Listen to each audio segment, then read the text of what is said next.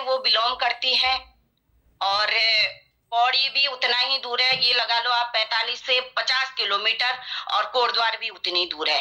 क्या कारण रहा होगा कि इतनी दूर वो सामान लेने गए, वो भी आरसीएम का राशन पानी लेने के लिए। बड़ी सोच हमें आगे बढ़ाती है जीवन में। तो उनका जो संघर्ष रहा है और वो हमारे बीच में रखेंगी बातों को। तो मैं इनवाइट करती हूँ पौड़ी से शानदार जाबाज लीडर स्टार पिन अचीवर बनी है, और अभी जो हमारा दिल्ली का प्रोग्राम हुआ है वहां पर वो इतने बड़े मंच पे सम्मानित की गई है। तो हम बधाइयां देते हैं कविता डोबरियाल बहन को। मोस्ट मोस्ट वेलकम है कविता बहन आपका। अपने अनुभव हम सभी के बीच में साझा करें। बहुत बहुत स्वागत करते हैं हम सभी जोरदार तालियों से। मोस्ट वेलकम कविता डोबरियाल बहन। थैंक यू सो मच दीदी, थैंक यू सो मच। सबसे पहले दीदी आपको ही प्रणाम। और साथियों, मेरा नाम कविता डोबरियाल, टाइगर कविता डोबरियाल, और मैं पौड़ी के सतपुली से बिलोंग करती हूँ। प्रेजेंट में मैं सतपुली के नजदीकी गांव बौसाल में रहती हूँ और यहीं से इस सिस्टम को सीख रही हूँ और कर रही हूँ। और सबसे पहले प्रणाम करूंगी आदरणीय अशोक विष्ट भाई जी को, जिन्होंने मुझे ये सिस्टम दिया। भैया जी को इस मंच के माध्यम से प्रणाम।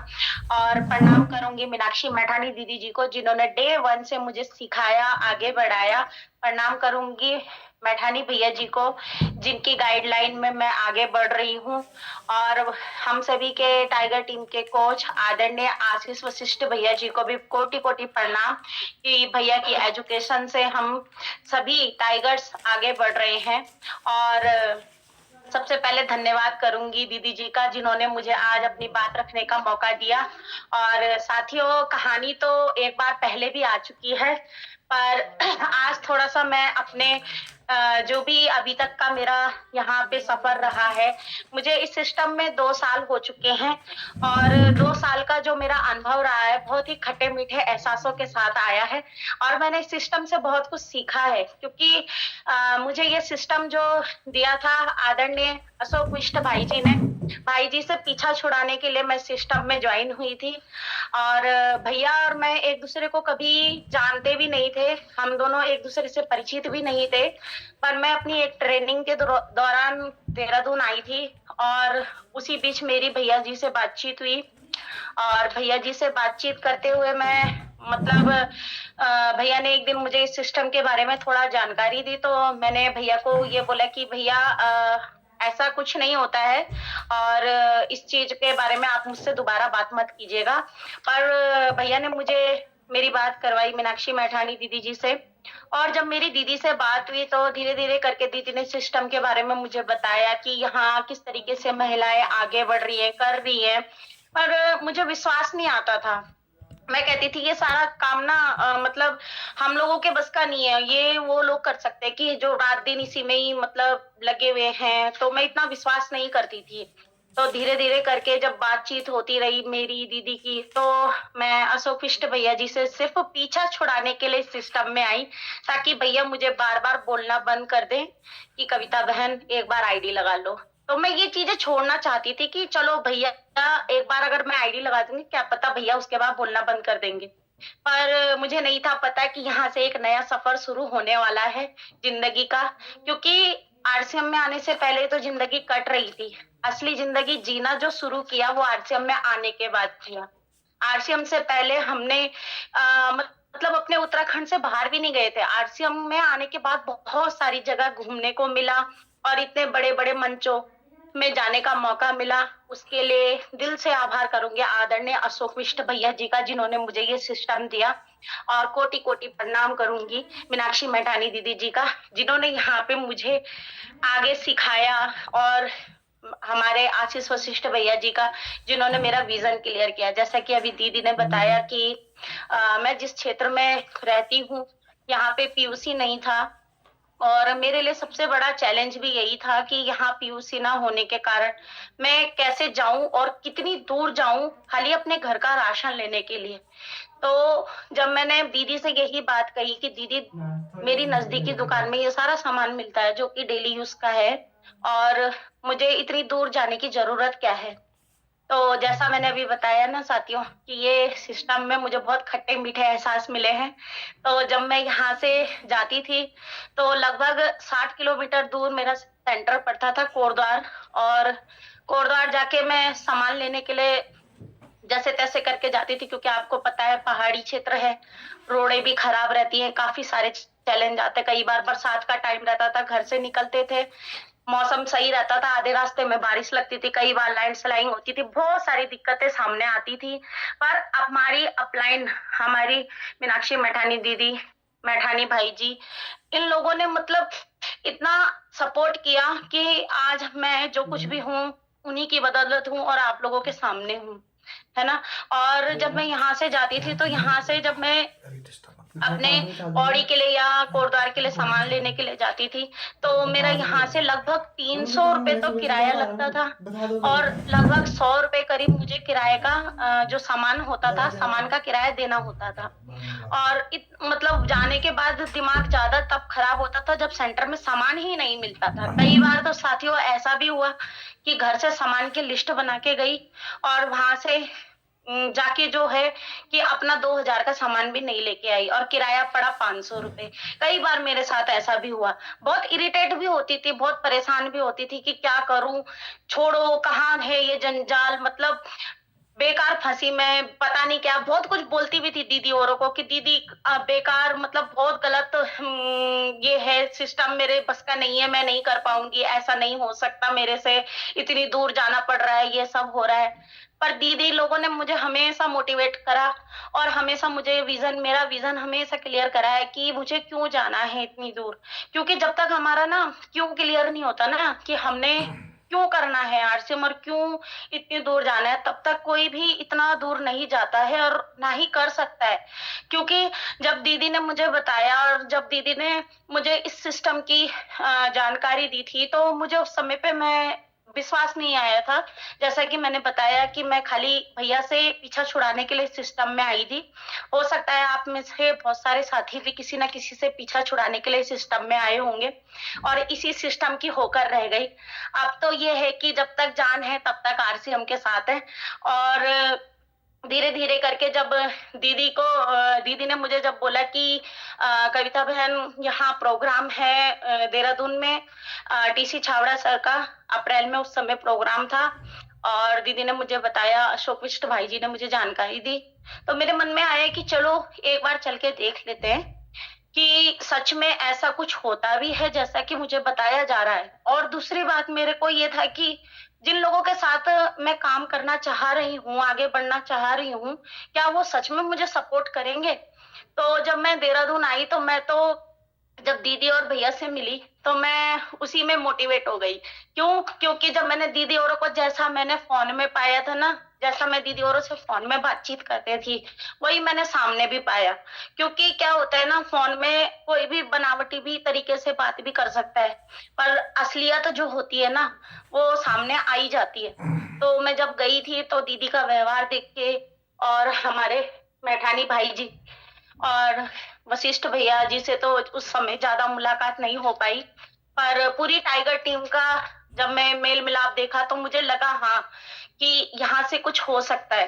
तो मैंने एक शानदार सफर की शुरुआत करी वहां से, और धीरे धीरे करके दीदी औरों ने जैसा जैसा मुझे बताया और मैं आगे बढ़ती रही।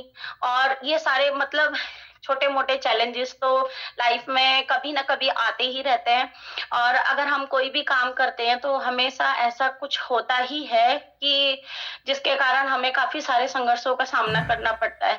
पर मैंने सोचा कि क्योंकि मुझे वशिष्ठ भैया की एक बात हमेशा ध्यान रहती थी, वशिष्ठ भैया ने कहा था मुझे शुरुआती तौर में, कविता बहन आज तुम्हारी उम्र क्या है और आने वाले 3 साल के बाद तुम्हारी उम्र क्या रहेगी।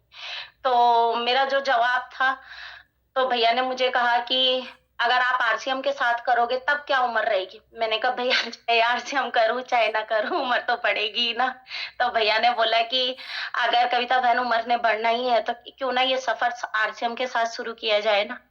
तो मैंने मतलब ये है कि भैया के बोलने पे और जब टाइगर टीम में हमारी जो अपलाइन है उनकी व्यवहार देख के, पूरी टाइगर टीम का व्यवहार देख के, जब मैंने वहां पे सुषमा बिष्ट दीदी जी को देखा, रिम्पी बहन को देखा, और भी बहुत सारे लीडर हैं, उन सभी को देखा तो मुझे लगा कि हाँ, ये लोग बढ़ सकते हैं। हमारी अपलाइन मीनाक्षी मैठानी दीदी, मैठानी भैया जी, इन सभी को बढ़ा सकते हैं, तो हमें भी बढ़ाएंगे, हमें भी जरूर आगे पहुंचाएंगे।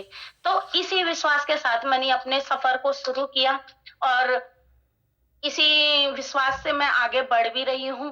और भैया जी के जो मार्गदर्शन रहा, उसी के बदौलत ये है कि 60 किलोमीटर की जो दूरी लगती थी वो धीरे धीरे करके कम होने लगी।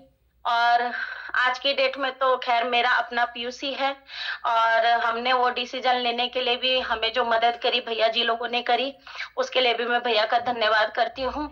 और धीरे धीरे करके आगे बढ़ रहे हैं और हमारी मीनाक्षी मीनाक्षी मीनाक्षी मैठानी दीदी जी ने हमें बहुत सपोर्ट करा। जैसे कि जब शुरुआती तौर में बहुत सारे चैलेंज आते थे, मैं ज्वाइन तो हो गई क्योंकि सीखा तो कुछ था नहीं। और जब भी मीटिंग में दीदी बोलती थी कि कविता बहन मीटिंग में आओ, तो मैं सोचती थी कि यहाँ पे करना क्या है, राशन लेनी है, खानी है, लोगों से खिलवानी है, सिर्फ इतना ही तो करना है मुझे। तो मैं सोचती थी ना कि सारा काम मैं खुद ही कर लूंगी, तो मैंने अपने आप ही सब कुछ करना शुरू कर दिया। और जैसा कि होता भी होगा कुछ साथियों के साथ ऐसा, मेरे को मैठानी भैया ने बोला कि भैया बहन, आपके फोन में जो लिस्ट है ना, आप उसमें से कुछ लोगों की लिस्ट बनाओ। तो पहले तो मुझे वो लिस्ट ही समझ में नहीं आई कि क्या होती है वो लिस्ट। तो मैंने बोला भैया, मेरे फोन में ना जितने लोग हैं सारे ही तो मेरे जानकार हैं और मैं सभी को जानती हूँ, तो लिस्ट बनाने की जरूरत ही क्या है। तो फिर भैया ने बोला नहीं बहन, आप लिस्ट बनाओगे ना, काफी सारे लोग ऐसे निकल के आएंगे जिनसे आपने बरसों से बात नहीं की होगी। तो मैं भैया को लगभग काफी लंबे टाइम तक टालती रही और करते करते मैंने क्या करा कि जितने मेरी जानकारी के लोग थे सबको अपने आप से बताना शुरू करा। अपने आप से लोगों को बताते बताते, मतलब बहुत सारे लोगों को बताते बताते मैं खुद डीमोटिवेट हो गई, क्योंकि जब हम किसी को बताने चलते हैं ना, वो हमें समझाना शुरू कर देते हैं। तो मैंने लोगों को बताया, लोगों ने मुझे समझाना शुरू करा। इसी तरीके से क्या हुआ कि मैंने एक दिन थक हार के एक लंबी चौड़ी लिस्ट बनाई 100 लोगों की और मैठानी भैया को थमा दी, भैया ये मेरी लिस्ट है, अब आप बात कीजिएगा। अब काफी लंबे टाइम तक मैंने जब अपना हमारी जो ऐप होती है उसमें चेक किया, मैंने कहा इसमें तो कोई लोग है ही नहीं। इसमें तो मैंने भैया को लगभग 100 लोगों की लिस्ट दी थी, इस लिस्ट में से एक भी व्यक्ति इसमें ज्वाइन तो हुआ ही नहीं है। तो मैंने भैया को कॉल किया, मैंने कहा भैया, आपने मुझसे लिस्ट तो इतने दिनों से मांग रहे थे, पर ये लोग ज्वाइन क्यों नहीं हुए। तो भैया ने बड़े प्यार से मुझे जवाब दिया कि कविता बहन, लिस्ट किसकी थी। मैंने कहा भैया मेरी। बोला लोग किसको जानते हैं। मैंने कहा मुझे। तो बात कौन करेगा। मेरे को ना मतलब खुद ही ऐसा लगा कि यार भैया बोल भी सही है। मैंने बोला भैया तो करना क्या है। तो भैया ने बोला बहन यही तो पूछना था लिस्ट देने के बाद कि करना क्या है भैया अब लिस्ट का। तो जैसा जैसा मुझे भैया बताते रहे कि इस तरीके से काम करना है बहन, इस तरीके से आपने बातचीत करनी है, तो मैंने वो चीजें करनी शुरू करी। शुरुआती तौर में मैंने अपने फ्रेंड सर्कल, अपने रिलेटिव, बहुत सारे लोगों को बताया। और ये ऐसा भी नहीं है कि जितनों को बताया सारे आए, पर कुछ लोग आए और कुछ लोग आ रहे हैं, है ना। और मुझे पूरा विश्वास है कि धीरे धीरे करके सभी आएंगे। और उन्हीं से मेरी शुरुआत हुई। जहां से मेरी आईडी शुरू होती है वहां से बहुत सारे लोग टर्मिनेट भी हैं आज की डेट में, और बहुत सारे लोग सिस्टम से बाहर हो गए जिन्होंने एक बार खरीदारी करी, दोबारा कभी खरीदारी ही नहीं करी, ये बोल के कि ये सामान बहुत महंगा है, ये बोल के कि तुम्हारा सामान अच्छा नहीं है, ये बोल के कि बहुत सारे चैलेंजेस आए सामने। पर मुझे टिकाए रहने के लिए मीनाक्षी मैठानी दीदी जी का मैं बहुत बहुत धन्यवाद करूंगी कि अगर दीदी मुझे समय समय पे, अगर मैं दीदी के पास अपने सवाल नहीं रखती और अगर मैं दीदी के पास हमेशा अपनी बातों को नहीं रखती और दीदी मुझे गाइड नहीं करती ना, तो शायद हो सकता था आज मैं आप लोगों के सामने भी नहीं होती। तो इसके लिए मैं दीदी का बहुत बहुत धन्यवाद करूंगी। और जितना भी आभार करूं अपने अपलाइन का, जिन्होंने हम सभी को सपोर्ट किया है। तो थैंक यू दीदी, थैंक यू सो मच। आज आपने मुझे बोलने का मौका दिया। कहानी तो अभी सफर जारी है, कहानी बहुत जल्दी और भी बड़ी बनेगी। अभी तो बड़े बड़े मंचों तक हम लोगों ने जाना है। और जैसा कि भैया ने बोला है ना, वशिष्ठ भैया ने, कि टाइगर टीम नंबर 1 तो है और नंबर 1 हमेशा रहेगी। तो थैंक यू सो मच दीदी, थैंक यू। टांडा बहुत शानदार कहानी रही कविता बहन की, और वो अनुभव है जो हम सभी के काम आते हैं, जो अभी शुरुआत कर रहे हैं। क्या क्या चैलेंज आते हैं इस सिस्टम में, कहाँ पर हम डिमोटिवेट होते हैं, कहाँ पर हम पॉजिटिव होते हैं। तो थैंक यू कविता बहन। और हेल्थ इश्यू होने के कारण भी आप